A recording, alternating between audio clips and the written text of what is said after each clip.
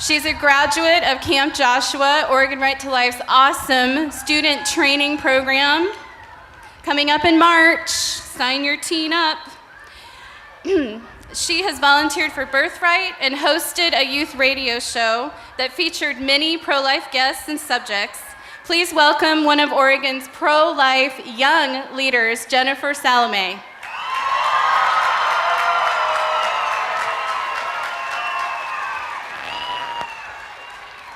I'm a little shorter than everybody else. Can we just get a cheer? Woo! Yeah! I am so happy and proud to be here today to represent the youth and the young adults of the pro-life movement in Oregon.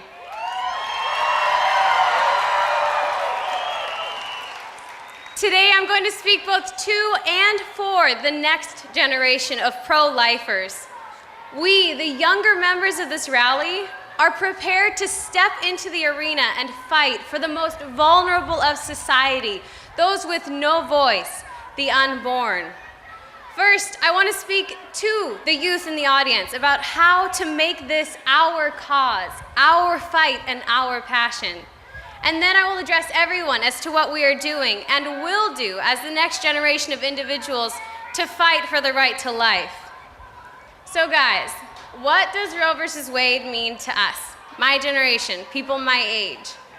I've stumbled upon the realization that in some senses, this isn't our war. We weren't even born when Roe versus Wade was decided. We were born into the conflict. We were taught from those who experienced Roe versus Wade firsthand what it really meant, that babies were losing their lives. Choice is a word often tossed around as the only unalienable right of import. But in this decision, we didn't have a choice.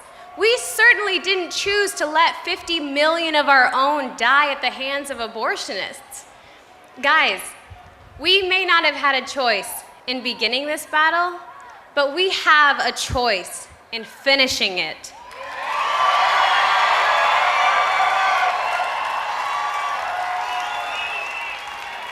In order to do so, we have to make this personal. It has to become our cause. The 50 million lost, they were our classmates, our cousins, our friends, maybe even our brothers and sisters. And we cannot and will not let 50 million more be lost.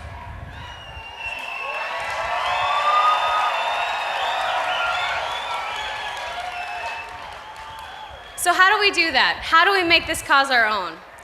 First of all, it's crucial to educate yourself about life issues. I speak not only of abortion, but also of stem cell research, physician-assisted suicide, and euthanasia. In order for this to be our fight, we have to be informed. It's just not good enough to say, my mom says, or my grandpa told me. I mean, that's a great place to start, but you have to go deeper as an individual and read on your own. Researching will also help you to find what interests you. Supporting life from conception to natural death is our foundational belief, but within that foundation there are many sub-areas, one of which may interest you in particular. Find something that interests you and you will find your passion. For me, I'm a science junkie. I'm pre-med in college, start talking biology, genetics, or anything like that, and I'm interested. So in my own researching about life issues, I found that I'm particularly interested in stem cell research. I like learning about the science behind the earliest stages of human development, and I enjoy trying to figure out how my respect for the sanctity of life can apply to my future in science. Maybe you're interested in law. The legal ins and outs of Roe versus Wade would be a great place to start your educational journey into life issues. Maybe you're headed towards being a mom or a dad, and learning how to support other moms and dads through pregnancy help centers would be a good place to start. Just take the initiative to do your own exploring. For us to continue this fight, it's also important to maintain an openness to helping the pro-life movement.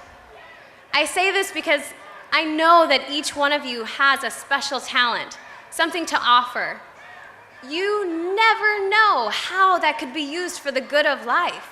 But if you remain open to the possibility, things will happen. Pregnancy help centers need youth who can sew, knit, or crochet to make baby blankets.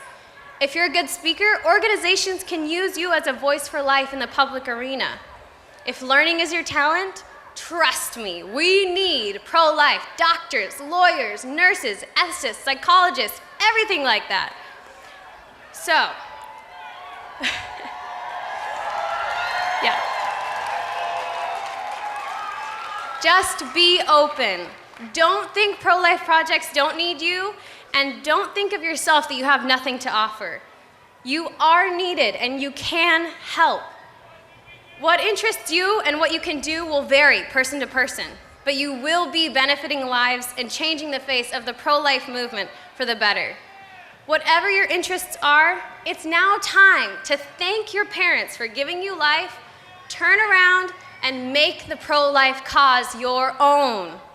Be educated, be open to letting your talents be used, and take it to the world. We have been given a new choice. Which side are we on? Will we stand for life, for those who have no voice? Or will we fall in with those who would have 50 million more die? You and I, we are choosing life. We're choosing to support life. And we will receive the reins from the pro-lifers who came before us to continue fighting for life. How? How have we begun to do this?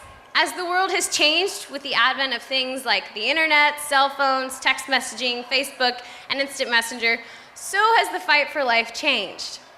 These new methods of communicating and retrieving information are foreign to some, no names mentioned, but we have grown up with them. Therefore, we have unique talents to offer the pro-life movement. Youth in Oregon and across the country are web designing, texting, and YouTubing their way into a new generation of pro-life America. Youth have taken up projects like creating pro-life blogs, holding car washes to benefit pregnancy help centers, and producing pro-life videos for YouTube.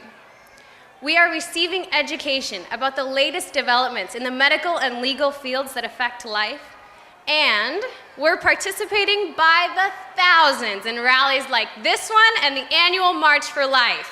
Good job, guys.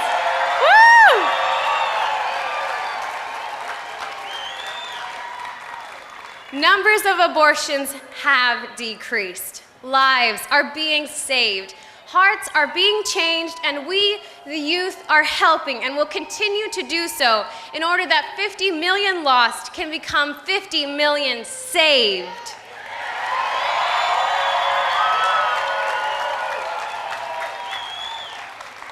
In closing today, I would like to say to the youth out there, it's our turn.